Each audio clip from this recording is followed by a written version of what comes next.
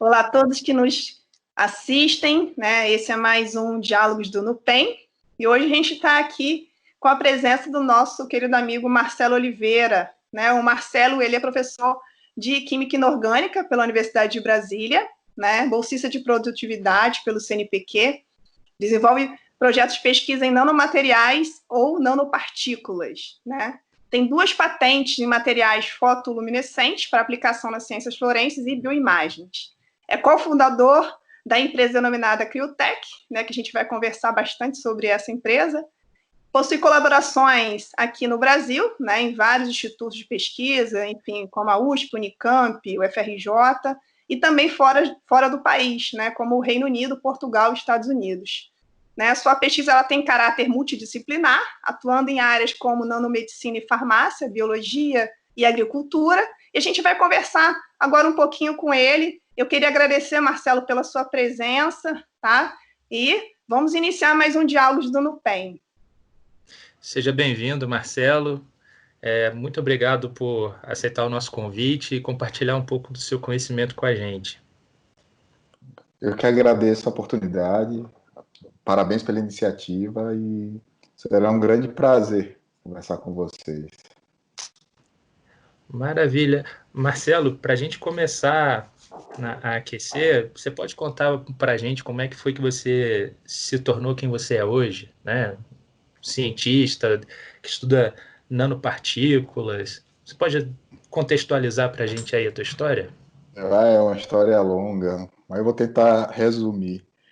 Eu sempre quis ser cientista desde pequeno, então fui muito curioso em misturas e coisas. E no segundo grau, a influência de um professor de química me fez enveredar exatamente para o caminho da química. Só que eu vi o desejo do meu pai, né? Ele sempre quis ter um engenheiro na família. Eu ingressei na engenharia química. Confesso a vocês que não era a minha primeira opção, eu não gostaria, mas para agradar o meu pai fui. E no meio do caminho eu resolvi mudar e realmente me dedicar ao que eu queria, né? Que era química e me tornar pesquisador. Então iniciei os meus processos de transferência de curso, mas nesse momento, ainda na graduação, eu percebi que se eu quisesse realmente ser um cientista de ponta, eu precisaria começar desde já a pensar nos meus próprios projetos. Então, eu tive muita sorte de ter orientadores e supervisores que sempre me deram muita liberdade de pensar, de propor, e aí a coisa veio evoluindo. Tive os primeiros contatos com inovação já no doutorado. O meu projeto de mestrado, na verdade, foi um projeto inovador para o grupo. E no doutorado comecei a ter contatos com inovação a partir do projeto de mestrado. E eu vi que realmente existe um gap muito grande entre o que a gente desenvolve na academia com o que a gente desenvolve, com o que é desenvolvido e que chega no mercado. Então, com essa mentalidade, eu ingressei na minha carreira de professor, sempre mantendo foco em publicação, tentar manter uma excelência científica, mas sempre de olho em transformar o que a gente faz na bancada em produto. Porque isso é que faz a economia do país crescer. Foi mais ou menos assim. E que hoje deu hoje a Criotech. Os meus esforços estão muito voltados exatamente para a inovação. Muito bom. E você conta a sua história, né, falando que você já tinha decidido quando criança, possivelmente, que seria um cientista, né? Isso já estava na sua veia e você foi trabalhando isso ao longo da sua jornada aí. Mas você acredita que se você não fosse cientista, você teria uma outra profissão? Você se vê em outra profissão hoje? Sinceramente, talvez professor. Então, eu consegui juntar as duas. E hoje, ciência no Brasil é muito feita sendo professor. Eu sou filho de professores, então é uma carreira que eu tenho uma profunda admiração. Então, professor, com certeza. Cientista, eu consegui unir as duas. Hoje, eu gosto muito de dizer que eu tenho muito prazer com as coisas que eu faço. Interajo com os meus alunos, que eu acho que a gente pode funcionar como um grande influenciador, fazer diferença na carreira deles e desenvolver pesquisa, que são duas coisas que eu gosto muito. Bom, eu fiquei aqui ouvindo a sua resposta, né, e refletindo. Você inicialmente se interessa por ciência, né, e diz que também gostaria de ser professor e consegue fazer essa conexão. E aí, né, lendo seus trabalhos, tendo contato aí com seus objetos de estudo, eu fiquei pensando muito nessa dimensão do micro, do macro, do nano, né? Como é que é para um cientista que trabalha com o que é nano, né? Pensa nessa dimensão do macro, do micro, do nano, e que implicações isso tem para a sua vida pessoal? Há alguma implicação para a sua vida pessoal? Olhar para o nano e ter sua vida, sei lá, repleta de questões macro, como você já citou, inovação e economia, por exemplo. Você consegue perceber relações? Sim, perfeitamente. O momento hoje que a gente está vivendo, a gente está tendo contato exatamente com uma espécie de nanopartícula que tem afetado toda a economia, todo o ritmo da nossa sociedade. Um vírus tem dimensão nanométrica. Mas em termos práticos, químicos e de dia a dia, a nanotecnologia é uma realidade. Hoje, em vários setores, principalmente a gente tem muito contato com a parte eletrônica, então os smartphones, os laptops hoje jamais poderiam surgir sem a nanotecnologia. Todo esse desenvolvimento dos métodos de produção, os métodos espectroscópicos permitiram a gente ter esse avanço hoje, né? Mas a nanotecnologia hoje está presente na comida, presente nos cosméticos. Só que aí tem um detalhe muito importante. Isso me lembra do congresso que eu tive recentemente no Paquistão, em que os olhares da nanotecnologia hoje são muito focados em questões de eletrônica e medicina. Mas existe um ponto importante: comida. A agricultura é um paradigma ainda para a nanotecnologia e tem um impacto direto na sociedade. Então, hoje com a Criotech, eu consigo mensurar isso exatamente. Você desenvolver produtos hoje que atendem, usando coisas de ponta, que atendem, por exemplo, agricultores familiares, você vê o seu produto chegar realmente naquele senhorzinho que está lá no interior, que não teria nem nunca imaginaria isso, tá usando algo que tem uma escala muito pequena, mas que tem um efeito totalmente diferenciado. Então, é difícil diferenciar. Tem um vídeo do Michio Kaku que ele fala exatamente isso. Não exatamente sobre nano, mas ele fala que exatamente que quem desenvolve alta tecnologia cria emprego, cria indústrias. Então, a nanotecnologia ela vem nessa direção. Hoje já é realidade, obviamente, em eletrônica, mas principalmente a agricultura, o nosso país é um dos pontos-chave. Então, está inserido no meu dia a dia aqui. E na sua vida pessoal, que impacto isso tem? Olha, hoje eu desenvolvo, hoje em casa, especificamente, a minha família, a minha esposa é cientista também, trabalha com nanomateriais, então a gente conversa muito sobre questões científicas e questões de aplicabilidade. E isso, de certa forma, contamina minhas duas filhas. A Malu, por exemplo, ela se interessa muito em questões de ciência e ela fala muito sobre, por exemplo, as matérias que a gente desenvolve, questões de nanotecnologia, essas coisas. Tanto que ela brinca: olha, pai, eu vou usar o teu nanomaterial aqui na minha plantinha, eu vou usar seu nanomaterial para fazer uma pintura. E isso está inserido no dia a dia nesse sentido. Gosto de trazer isso para dentro de casa, né? Um detalhe: o nosso produto é totalmente atóxico, por isso que a gente consegue trabalhar com ele sem problema nenhum. Muito legal. E aí você falou então da sua filha, que ela acaba se interessando por esses assuntos, né, que você leva para casa. E aí isso encontra um interesse até dessa nossa iniciativa, né, de entrevistas, que é também tornar o conhecimento científico palatável, né, acessível a uma comunidade mais ampla, né, um grupo de pessoas maior do que usualmente a ciência alcança. Então, falando de nanomatéria, nanopartículas, né, como é que você fez ou faz para explicar o que é uma nanopartícula, uma nanomatéria, para uma criança de 5 anos? Como você consegue tornar isso acessível a uma criança de 5 anos? Os resultados da sua pesquisa e os conceitos com os quais você trabalha? Eu começo muito brincando com ela, com coisas tipo: tamanho importa? Aí, normalmente, para uma criança de 5 anos que está naquela rotina de jardim de infância, tamanho às vezes importa. Às vezes o maior querer se impor, tal. E ela vem exatamente construindo essa ideia. Tamanho importa? Ela importa. Quem é melhor, o maior ou o menor? Normalmente, é o maior, é o mais forte, é o mais... Isso nem sempre. E aí eu trago ela, olha isso aqui. A gente tem um material que é muito, mas muito pequeno. Vamos ver esse efeito aqui numa plantinha. Aí vamos fazer experimento, por exemplo, germinação de feijão. Aí fizemos juntos, preparamos o experimento, botamos os materiais e vamos acompanhar. E ela vai acompanhando todos os dias, ela anota no caderno dela, vai anotando. E depois ela começou a ver que justamente o que foi colocado nanopartícula cresceu muito rápido. E ela ficou chateada, falou, poxa pai, você ganhou, isso não é justo. Falei, olha, eu tô te falando, tamanho é um conceito relativo. Então, isso aqui é um pouquinho de...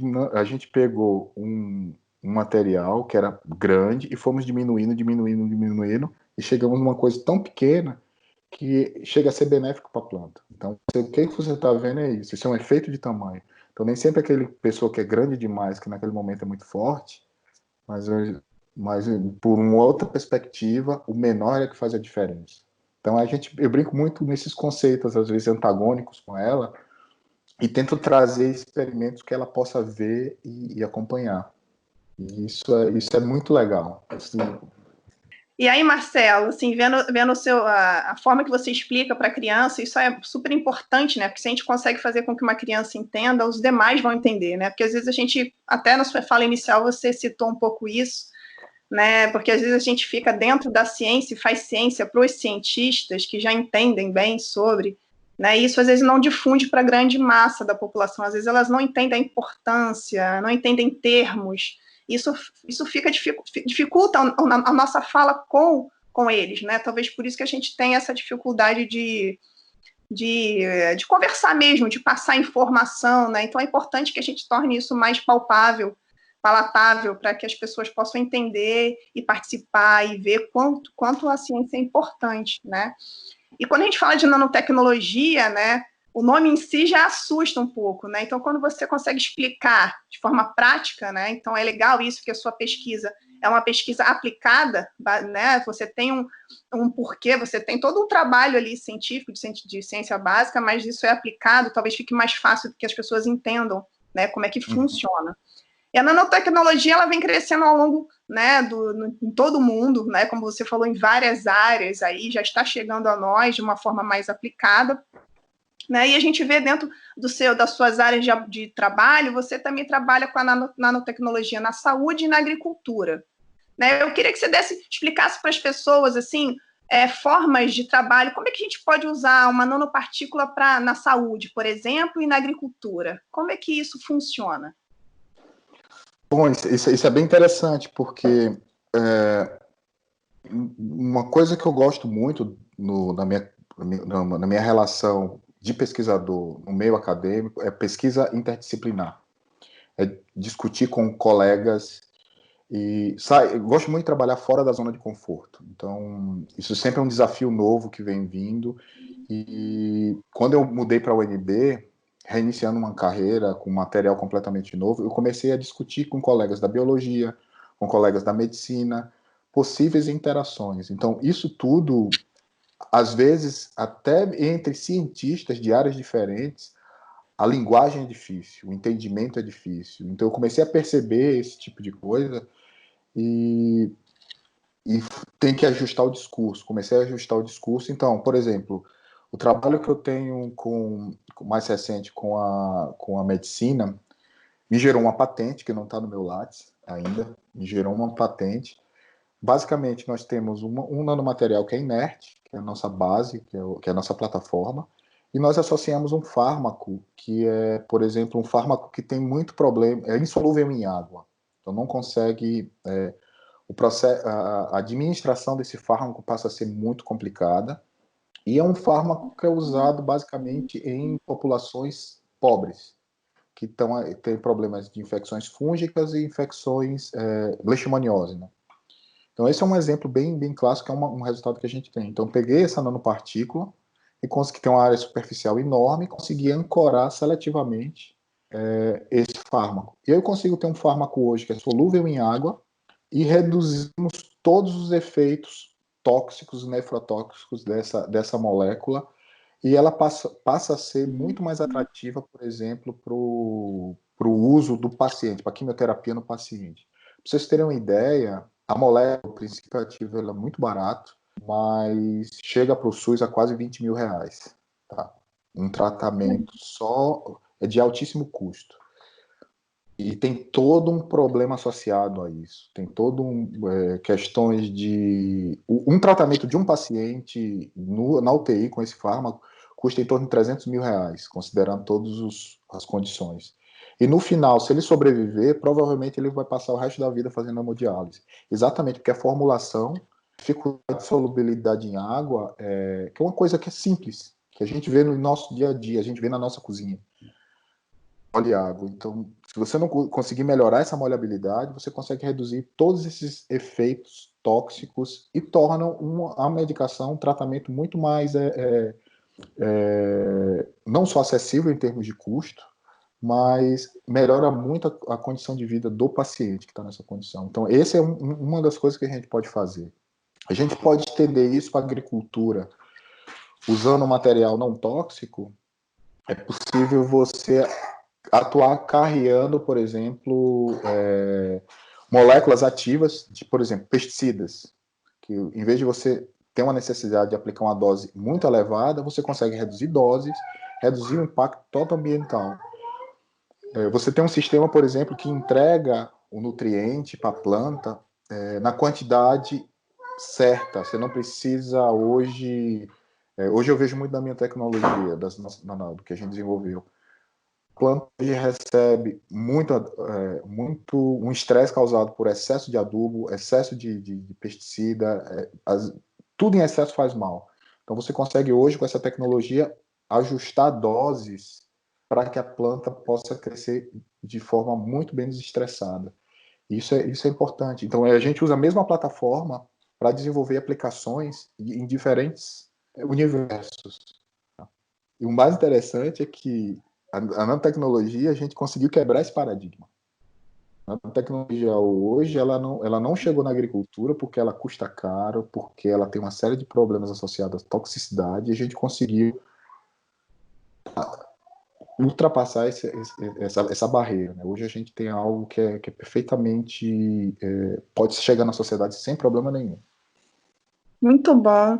E a gente falando aí, você fala de você evitar o excesso, né, seja do adubo, enfim, do pesticida também, né, então usando uma nanotecnologia você tem a entrega direta na célula, né, então, né, da vegetal ali, e você evita esse bioacúmulo no ambiente, né, então, falando de ambiente, né, a gente está aqui no Instituto, né, esse programa é desenvolvido dentro do Instituto de Biodiversidade e Sustentabilidade, tem tudo a ver com o tema, né, você mostra, né, então que dessa forma você também, de alguma forma, você reduz o impacto no meio ambiente, né? E aí, assim, a gente também, olhando o seu trabalho, a gente observou que também essas nanopartículas, elas podem ser detectadas, você poderia utilizar também formas de detecção rápida, né, seja de vestígio de pesticida nos alimentos ou nos efluentes, enfim. Fala um pouquinho para a gente como a nanopartícula pode ajudar a gente, né, em vários objetivos, como proteger a biodiversidade e a sustentabilidade, né, proteger o meio ambiente. Como é que a gente pode atuar? Eu acho que tem algumas frentes que podem ser abertas usando esse tipo de tecnologia em si. A primeira delas, uma coisa que a gente vem trabalhando muito, é o desenvolvimento de um nanomaterial que possa ser classificado como um insumo para usado na agricultura orgânica. Tá? Então, isso aí é algo que vem todo o conceito de orgânico, de sustentabilidade por parte desses agricultores, e a ideia exatamente é criar um sistema que ele interaja com a planta, interaja com a biota, sem deixar resíduo. Uma das grandes vantagens dessa tecnologia nossa é que, por exemplo, a planta metaboliza. Ela desaparece com um tempo na planta. Diferente das outras tecnologias convencionais, né? As outras nanopartículas convencionais. Então, hoje, se você consegue reduzir dose, por exemplo, de um pesticida, que vai eliminar um fungo, o excesso dele, por exemplo, não pode reduzir o impacto no solo. O excesso que ficou no solo, que seria lixiviado por rio, os lençóis freáticos, que iriam no final abastecer nossas casas, isso aí passa a ser minimizado. Então a gente consegue, com nanotecnologia reduzir esses impactos ambientais. Mas, sim, ainda tem muitos desafios para serem superados, considerando o que a maioria das pessoas fazem. Questões de escalonamento de processo, questões de engenharia. A gente hoje tem uma tecnologia que eu não preciso para produzir 30 quilos de nanopartícula, que hoje eu cubro em torno de 1.000 hectares, eu não uso reagente tóxico, eu não gero resíduo, a gente não emite gás de efeito estufa, tanto que a gente conseguiu uma dispensa de licença ambiental para instalar a fábrica em Brasília, no plano piloto. Então é um conceito que vem alinhado exatamente com sustentabilidade. E a nano ela pode fazer essa diferença, por exemplo, na agricultura, e chega diretamente ao cidadão. Isso é muito legal. E aí, dessa ideia toda de vocês, né, houve o surgimento, o desenvolvimento de uma startup que foi criada, gerada, né, gerenciada por você e por outros colegas de trabalho, a empresa Criotech. E aí, me conta um pouquinho da história do surgimento dela, né? Quais são os objetivos dessa startup? Então, a Criotech ela surgiu em 2013, quando começou o colapso da economia e a ciência começou a sofrer com isso. Uma das primeiras coisas que veio na minha cabeça era: eu preciso ser independente, a gente precisa ser independente, a gente precisa se autofinanciar. Então, um dos primeiros caminhos foi exatamente criar uma startup com o intuito para facilitar a interação com as empresas, com o intuito de a gente financiar a própria pesquisa, não ficar tanto dependendo do Estado. Então, essa foi mais ou menos a primeira ideia. E a gente vinha tateando com essa tecnologia opções no ambiente farmacêutico e um dia fui convidado aí a Embrapa e apresentei mais ou menos o que a gente fazia. E foi aí que eu conheci o Jucimar Silva, o pesquisador Jucimar Silva, que iniciamos uma parceria. E aí sentamos juntos, vamos discutir. Aí a gente tinha um material base e através das discussões com o Jucimar a gente começou a aprimorar esse novo material. Inclusive a gente tem uma parceria com o professor Daniel Zandonadi aí do PEN, que foi um pesquisador que foi chave para ajudar a gente nesse desenvolvimento. E começamos a fazer os primeiros testes, vimos um grande potencial, aí eu falei: não, agora a gente tem uma tecnologia, mas ok, na bancada, agora a gente tem um desafio de escalonar. E aí eu tenho um dos sócios da empresa, é um aluno meu, de doutorado, é o Rogério Faria, e ele é engenheiro químico. Aí eu chamei ele na minha sala, falei: Rogério, olha, a gente precisa transformar esses resultados que estão aqui na bancada em algo comercial. A gente já tem mais ou menos ideia de dose, trabalha nisso aí. Aí ele passou um mês e meio vendo cinética, fazendo uma série de experimentos e conseguiu desenvolver 3 métodos de escalonamento de processo. Isso foi muito bom. Ele passou um mês fechado, depois sentou na minha sala e me mostrou: tem 3 métodos com rendimentos tais e tais e tais e tais. Esse último aqui, por sinal, o mais viável. Que aí, a partir daí, a gente conseguiu ver que a gente tinha uma tecnologia que poderia virar um produto final. Nesse meio tempo, a gente iniciou tratativas com empresas. Então, o agronegócio, o Brasil, por ser uma grande potência na agricultura, consome muitos agroquímicos. E por incrível que pareça, a gente depende muito da importação da China, dos Estados Unidos. O Brasil é um grande misturador. Ele recebe a matéria-prima e mistura. Então não tem desenvolvimento químico aqui. Então, procuramos algumas empresas e apresentamos a tecnologia. Eles se mostraram bastante interessados e começaram a fazer testes. E começaram a ver os resultados que a gente via na Embrapa, que o professor Daniel, aí no DUPEM, viu também. Ele começou a se reproduzir no campo. Porque, diferente dos outros bioestimulantes, o nosso material é puro. Então, se a gente consegue identificar a rota e tem reprodutibilidade na síntese, então aquilo ali vai se repetir. E aí a gente começa a observar esse tipo de coisa. E aí, sem perceber, a gente atravessou o que eles chamam na inovação de Vale da Morte, né? Que é exatamente o que você transforma a pesquisa de bancada em um produto. Então, quando a gente viu os resultados em campo, falou: agora a gente tem um produto. E aí a coisa foi evoluindo cada vez mais. E hoje, por exemplo, a gente tem A Criotech ela foi escolhida pelo Ministério de Ciência e Tecnologia como uma das 5 startups de grande potencial. As outra startup que a gente tem em fase de arrumação, é a Tectum, também foi incluída nesse hall de 5 startups. E hoje a gente está recebendo mentoria da Ordem dos Economistas do Brasil para fazer toda uma parte de business, de marketing, planejamento tributário, coisa que nós cientistas não temos essa formação. Então eu precisei trazer outras pessoas, engenheiros. Então, na verdade, hoje a gente tem um grupo multidisciplinar. Eu tenho pessoas do marketing, junto com engenheiro, junto com agrônomo, junto com farmacêutico, com químico, todo mundo senta numa mesa e discute os seus paradigmas. Só com isso, a gente conseguiu montar uma empresa que hoje a gente está chegando no mercado. E exatamente com essa filosofia de desenvolvimento sustentável, de trazer para a sociedade benefícios disso, não só aquela mentalidade do empresário antiga, só lucro, lucro, não. A gente precisa ter uma sociedade equilibrada, produzir de maneira sustentável e respeitando o meio ambiente. A Criotech ela vem nessa filosofia e a gente está tentando mostrar que é possível levar o conceito mais forte de sustentabilidade, por exemplo, para o agronegócio. Isso torna o produto brasileiro, inclusive, muito mais competitivo.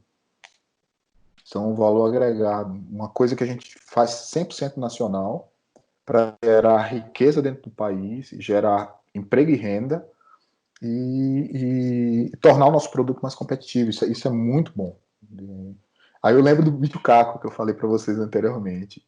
Algumas áreas geram indústria, geram emprego. Aí eu estou sentindo isso na pele. Eu tinha visto essa entrevista dele alguns anos atrás e hoje eu estou sentindo na pele isso aí. A gente está num parceria muito forte com a Embrapa, um parceiro muito forte, e a gente não podia fazer algo desse jeito sozinho, exatamente sem essa equipe. Nada sai do nada, não é só o Marcelo que fez. Existem várias pessoas que estão junto, estão contribuindo de alguma forma. Então, sem eles, jamais a gente poderia chegar aqui. Então, tem pessoas que são chaves no processo. E viabilizar. E fora os parceiros, né? A Embrapa é um deles. Essas empresas que a gente tem interagido são também grandes parceiros. E hoje a gente está caminhando exatamente para a próxima safra, a gente já está com um produto, um selo Criotech rodando aí, um produto 100% nacional de alta tecnologia. Muito legal. Na sua fala, eu fiquei imaginando que os estudantes do NUPEM e de outras instituições, quando assistirem essa entrevista, né, podem se perguntar sobre a chance deles, né, pensando aí no mercado de trabalho futuro, a chance deles fazerem parte da Criotech. E aí eu pensei que, na verdade, a pergunta pode ser até um pouco mais ampla, né? Há alguma política de captação de talentos, de captação de formandos? Como funciona isso na Criotech, né? O I6, etc. Então, a gente tem uma política a gente está em processo de negociando com a universidade para ser instalado dentro da Universidade de Brasília, exatamente para a gente ter uma aproximação exatamente com os formandos e conseguir trazer esses talentos para dentro da Criotech, por várias razões. O processo que a gente desenvolveu é um processo inédito e revolucionário. Então, por exemplo, cursos de engenharia. A gente quebrou paradigmas de engenharia que o curso de engenharia tem que estar próximo. Os talentos da engenharia têm que estar próximos. Eles têm que ter oportunidade de se aproximar de algo realmente novo que está chegando no mercado. Isso cria uma cultura para os alunos muito, muito boa, um ambiente muito propício a exatamente a inovação. Hoje, por exemplo, eu tenho trabalhado com alunos, por exemplo, embora seja da química, hoje eu estou trazendo uma aluna da agronomia que trabalha um pouco com automação. Então, essa menina, ela vem para o grupo, ela começa como iniciação científica, isso é só um exemplo, ela começa como iniciação científica, 1 ano, 2 anos, desenvolve o projeto dela. Se esse projeto dela a gente achar interessante, a gente absorve a tecnologia que ela desenvolveu e a estudante dentro da empresa. ou criando uma nova empresa, com ela sendo sócia, se ela tiver um interesse, ou ela pode ser absorvida como uma cientista do núcleo técnico. Uma característica da Criotech e das outras empresas que a gente está montando no grupo é ser uma empresas de alta tecnologia. Então a gente precisa de alunos de mestrado, de doutorado, precisa de doutores dentro da empresa. E a gente tem muito material humano, excelentes cientistas, excelentes estudantes que a gente pode absorver. A nossa ideia é exatamente isso, é valorizar o capital humano e trazer doutores para dentro da universidade para dentro da empresa. Mais ou menos como os alemães fazem, né? Então, na indústria química alemã, para você trabalhar lá, você tem que ser doutor. Então, eu puxo um pouquinho disso, porque a gente valoriza os nossos estudantes, e é uma oportunidade de você criar essa cultura, né? Eu tenho uma política com minha equipe. Os meus estudantes de iniciação científica, eles participam dos artigos, obviamente, e participam das patentes. Então, isso dentro da universidade cria um certo... olha, estudante de iniciação científica normalmente não vai falar no grupo de A, B, C, D e E. No meu grupo vai. Então, os alunos que trabalham diretamente no desenvolvimento de tecnologia, eles recebem o maior percentual da patente. Inclusive, eu reduzo o meu percentual e coloco isso na conta dos outros professores. Falo, ó, a filosofia da gente é essa aqui. É valorizar o que o aluno fez. Então, isso traz um ambiente muito bom para o laboratório e cria oportunidade, né, para eles exercitarem a criatividade.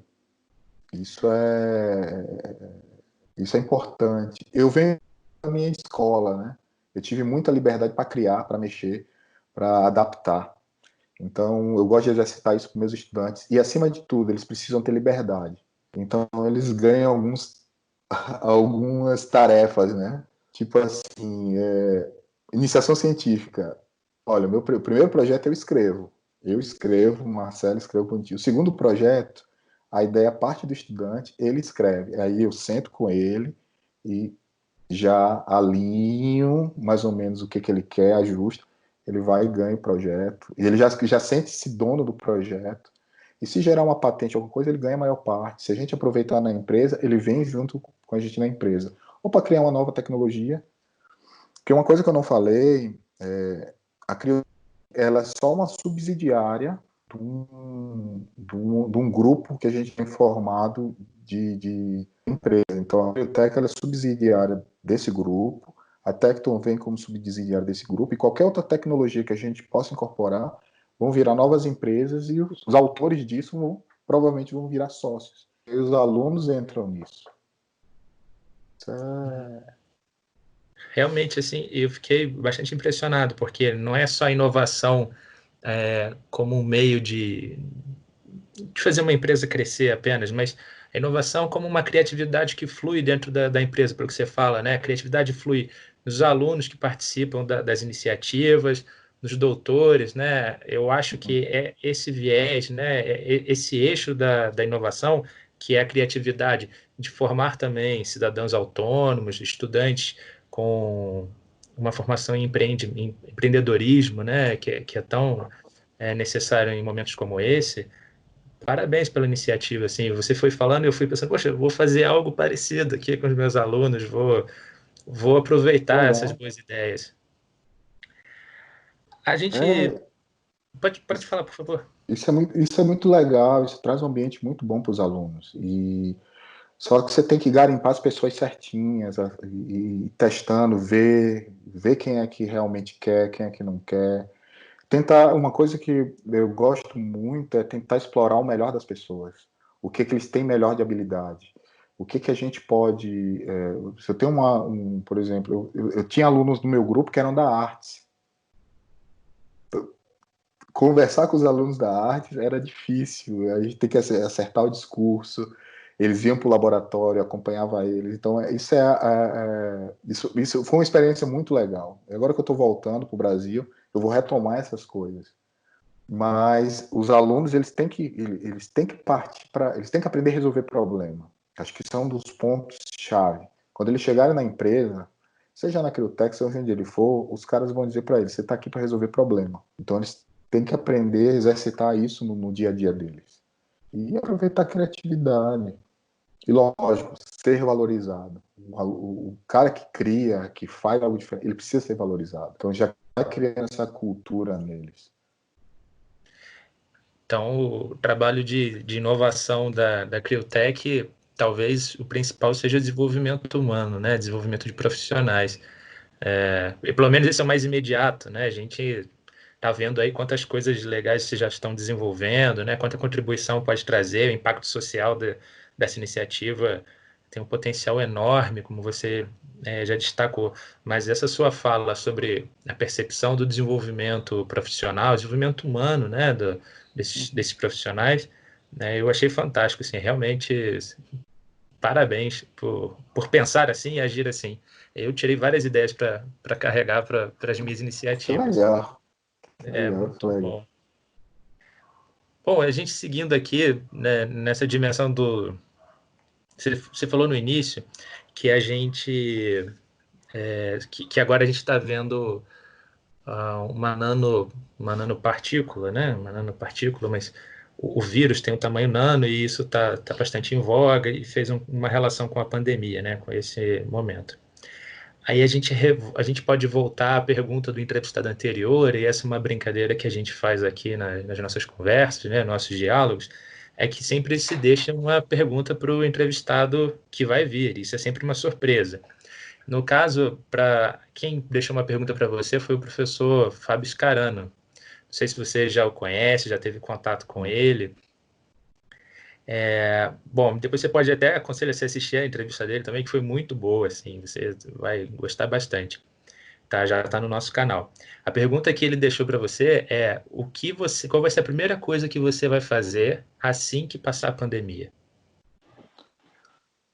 Olha, vou botar minha fábrica para andar, para botar produto na praça.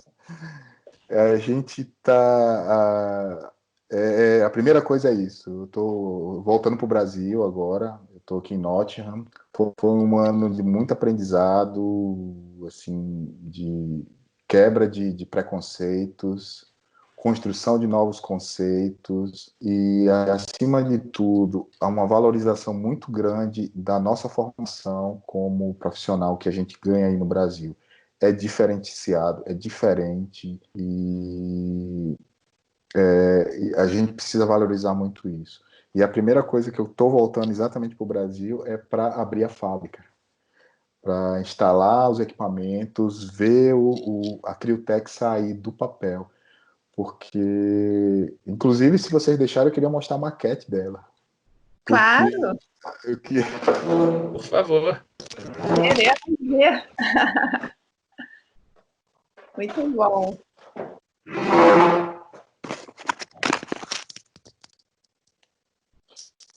Que uma coisa que eu faço, quando eu começo a pensar num projeto que eu vejo que é muito promissor, eu preciso ver ele materializado. Aí eu sentei um dia com minha filha, vamos construir a maquete da fábrica.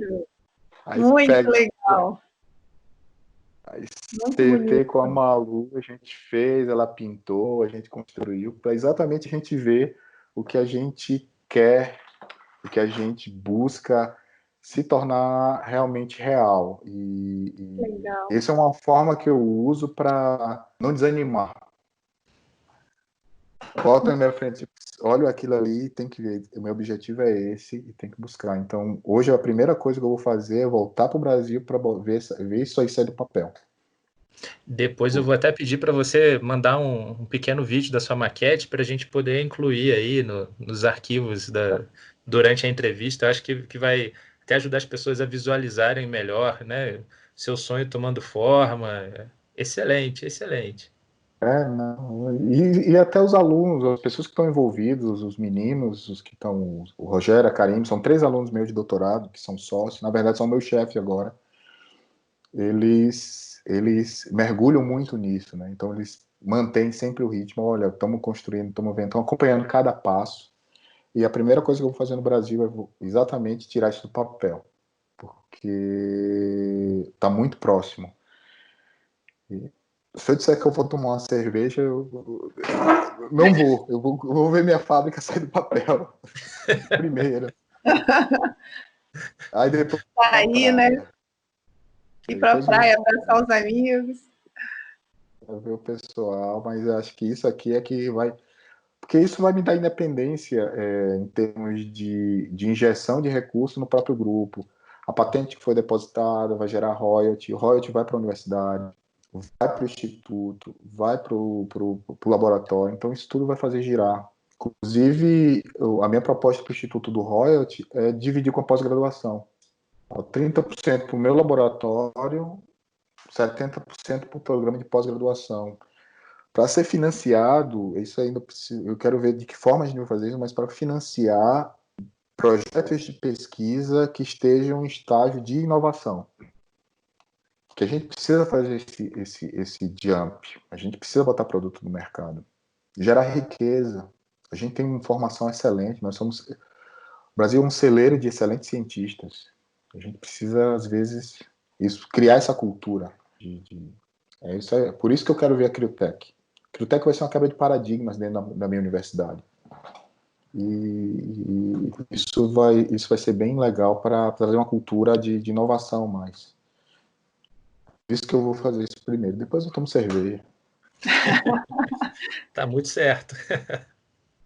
A gente sabe que todo mundo, né, durante sua carreira, ela passa por dificuldades, né? A gente tem lições que a gente vai aprendendo, enfim, ao longo da nossa trajetória. Aí, Marcela, no seu caso, qual foi a lição mais difícil de aprender aí durante toda a sua formação? Qual foi o momento mais difícil e a lição mais difícil de aprender? Escolher uma lição é difícil, que a gente aprende todo dia, né? Uma das coisas que eu mais aprendi e passei a valorizar muito, observando principalmente os pesquisadores, os cientistas que eu tenho admiração, que são pessoas que fizeram diferença não só na minha carreira, mas na carreira de várias pessoas, é o seguinte: eles são excelentes cientistas, mas são pessoas extremamente humildes.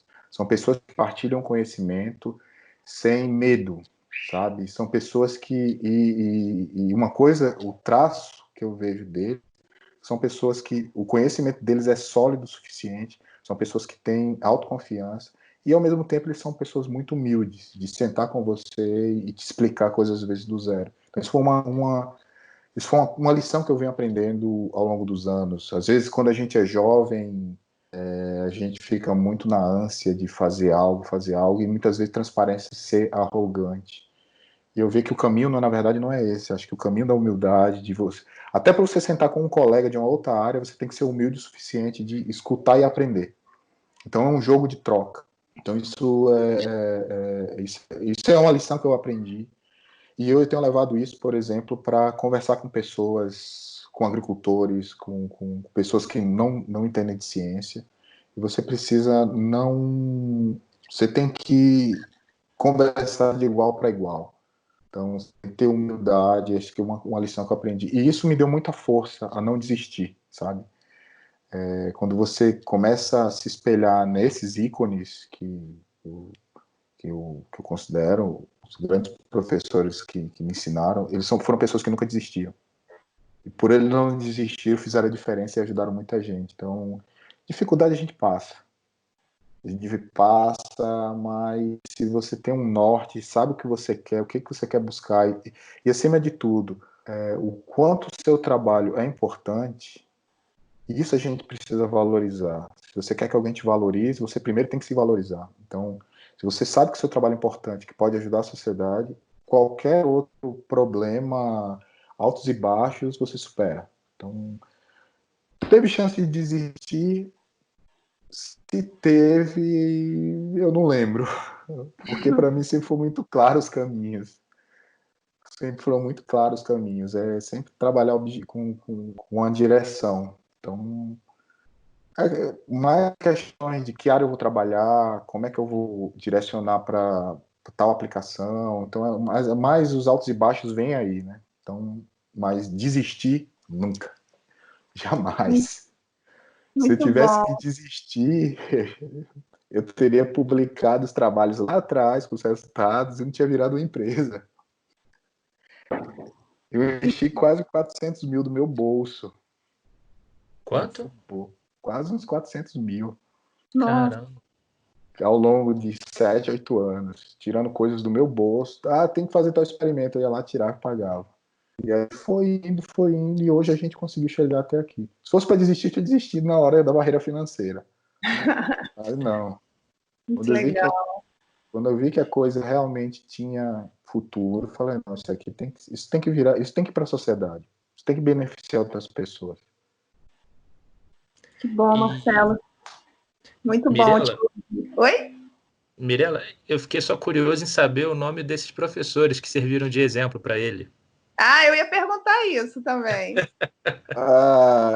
Assim, tem alguns que estão na ativa hoje, o professor Gilberto Sá, que é uma referência na área de lantanídeos, é um indivíduo extremamente visionário e com características bem interessantes de vocês, persistência. Eu gosto muito, um cara que eu aprendi muito, o professor Carlos Paiva, da Unesp, hoje está aposentado do raio-x. É um dos caras que é referência no mundo em raio-x, e é um cara muito humilde, muito legal, compartilha as ideias, discute com você. Aí você começa a ver que realmente são pessoas que você tem que se espelhar. Então, você vem com a ideia nova, ele está aberto à ideia nova, a ver, a aprender um pouco com a coisa que você está trazendo. Isso mostra humildade. Por outro lado, você encontra outros professores que não querem nem saber do que você está falando, te olham de cima para baixo, te questionam. Então, mas isso faz parte. Então, isso aí você passa direto, vamos embora. E vamos Muito bom. realmente olhar para as pessoas que realmente te agregam valor. É porque eu lembrei de uma história interessante, que às vezes você passa no mestrado, no doutorado, e que a depender de como é que o cara recebe isso aí, ou ele desiste ou não. Eu lembro que quando eu fui para no meu doutorado, eu fui para fazer um trabalho na física da USP. E aí conheci um cara, um professor chamado professor Luiz Carlos Nunes, Luiz Antônio Nunes, um dos maiores espectroscopistas instrumental do Brasil, um cara muito bom, só com um temperamento muito difícil. E aí me dei bem com ele, consegui lidar com ele. E aí um dia, depois de quase 12 horas trabalhando no laboratório, ele me chamou, quero ver seu projeto de doutorado. Eu disse, tá. Quem escreveu? Isso fui eu. Disse, tá, manda pro meu e-mail. Aí eu mandei. Aí eu estava hospedado na casa dele. No outro dia, 6 da manhã, vamos trabalhar. Cheguei lá 6 da manhã no laboratório, comecei a fazer as medidas. Quando foi às 8, o telefone tocou. Disse, vem aqui na minha sala, preciso conversar com você. Aí cheguei lá, ele estava com o projeto na mão. Lá vem, lá vem. Aí eu já fui. Aí ele começou a perguntar. Detalhou o projeto inteiro, perguntou. E aí no final ele olhou para mim e fez: gostei do projeto, o projeto está bem escrito, a ideia é muito boa, muito legal, mas eu quero saber o seguinte: daqui a 4 anos, que você está terminando o doutorado, seu primeiro ano de doutorado, né? Eu falei, daqui a 4 anos você quer estar onde? Eu falei, quero ser professor universitário.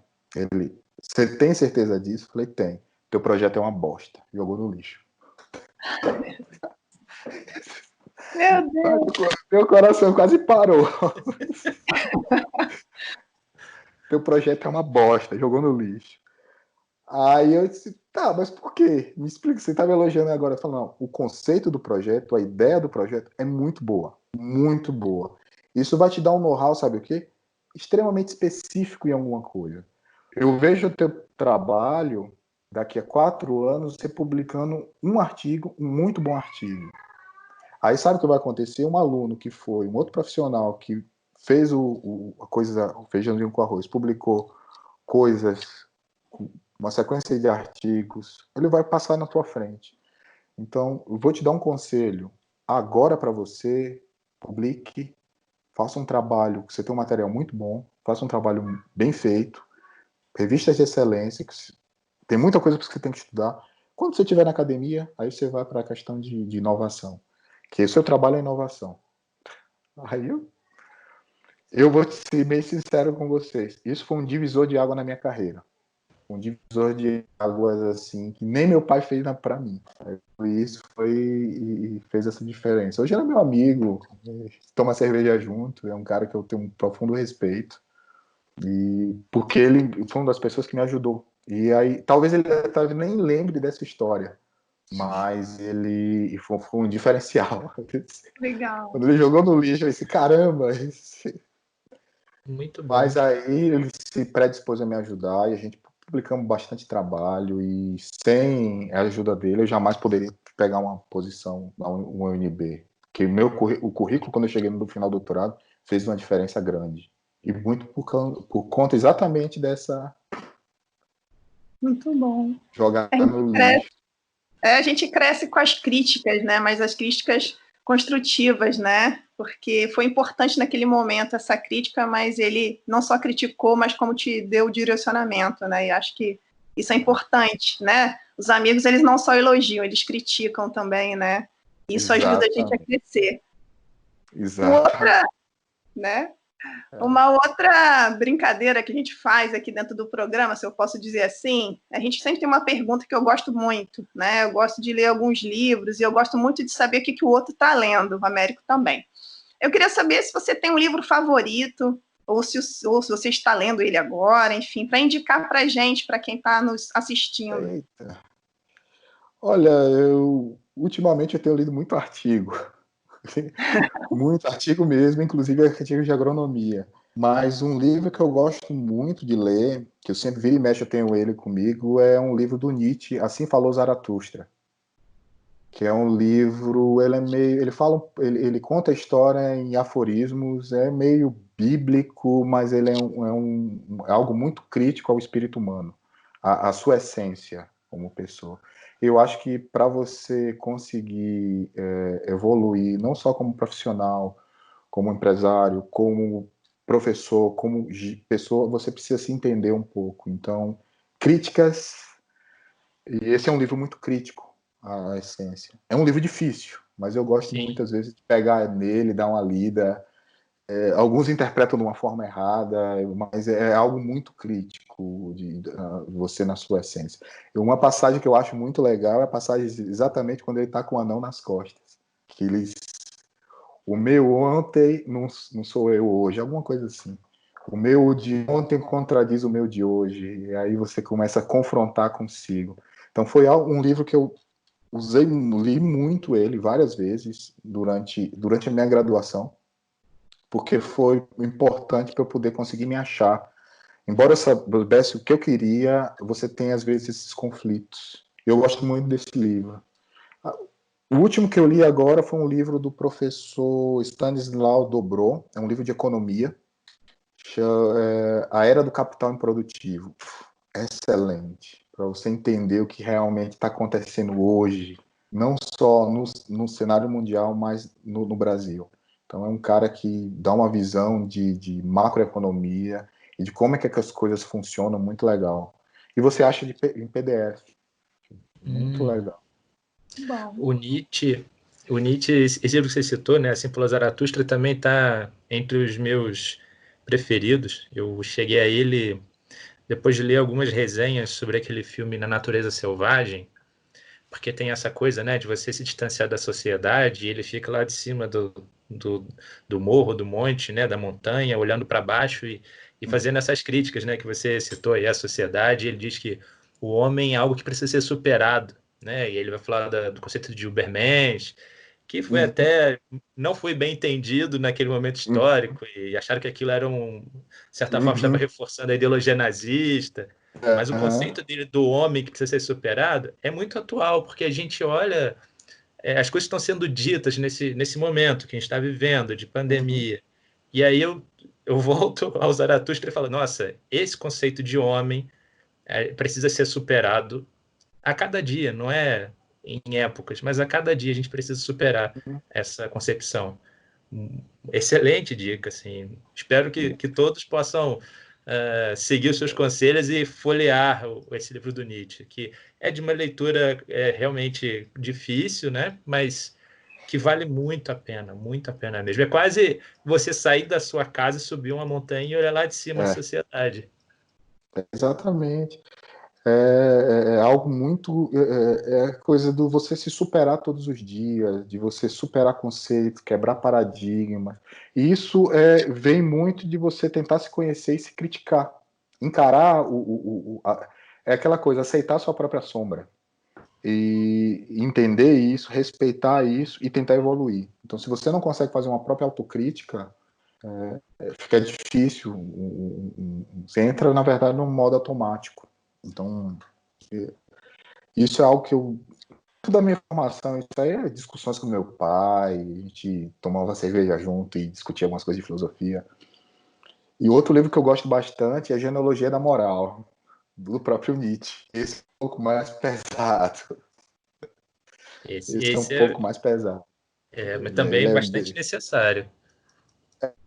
Eu brinco com minha filha, por exemplo, os conceitos de bom e mal, bem e mal. E tipo, uma vez eu discutindo com ela estava com 3 anos. Malu, o lobo mal é mal, né? Ela, é mal, pai. Mas, por exemplo, se o lobo mal salvar o porquinho que está se afogando, ele vai ser mal? Não, ele vai ser bom. Mas ele não é mal? O que é isso? Isso é relativo. Isso é relativo. Isso se chama relatividade. O conceito de bom e mal muda, dependendo de como é que você enxerga. Aí, a gente vai conversando e ela ficou, realmente você tem razão. Porque a Malu, ela tem uma percepção, embora seja muito nova, ela tem uma percepção de uma maturidade que é um pouco diferente do que eu vejo nas outras crianças. Aí eu brinco um pouquinho isso com ela, para ela se colocar e pensar. Coloca ela para pensar. Isso é legal. E aí eu uso um pouquinho dos conceitos do Nietzsche. Muito bom. Quase o Mundo de Sofia, né?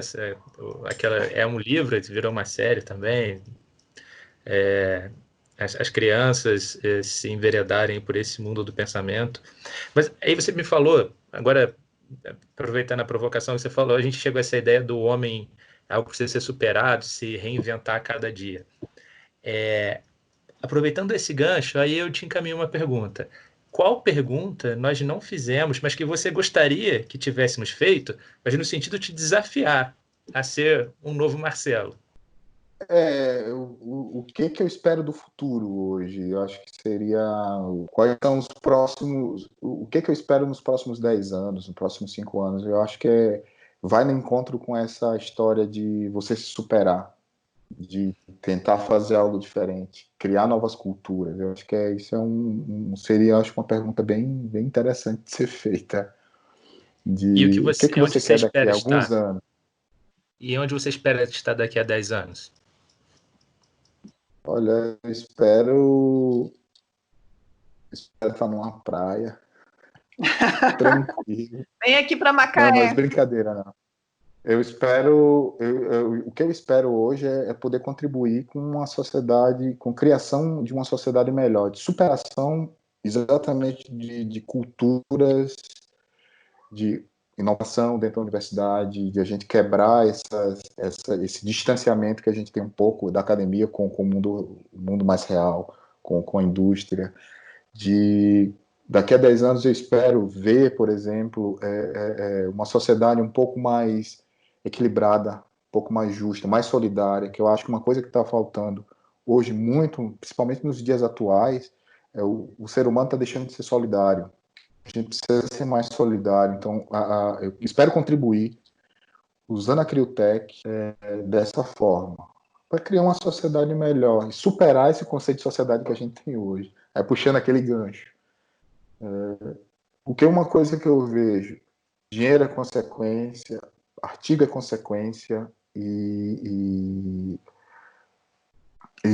sucesso na vida muitas vezes não está ligado a dinheiro, está ligado a satisfação para mim. Então, por isso que eu coloco sempre essas coisas como consequência.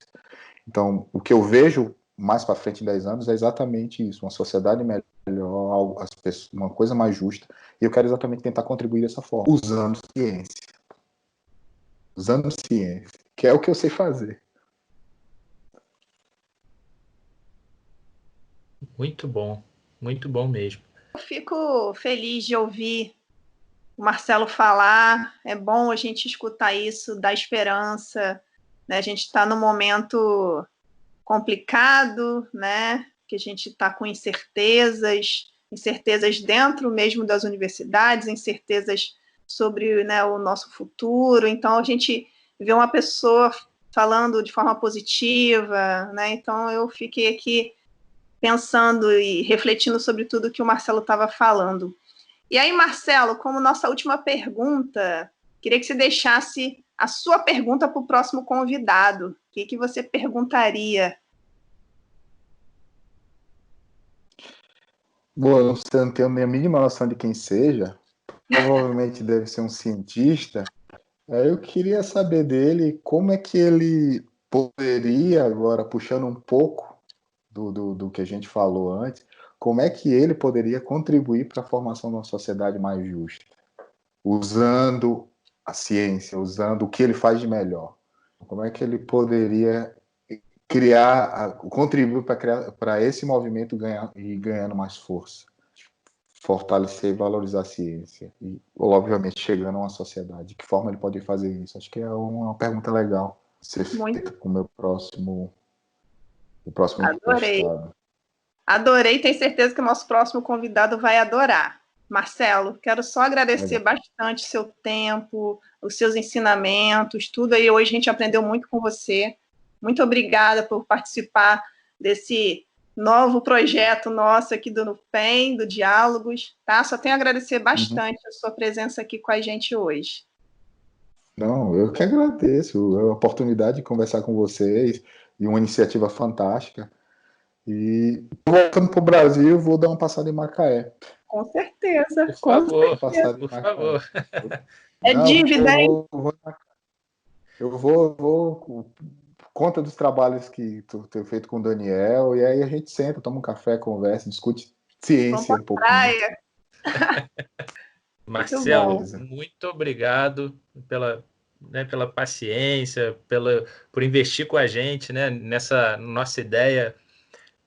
Assim como você, né, investir bastante em ideias, emoções de todo tipo na Critec, 400 mil reais, né?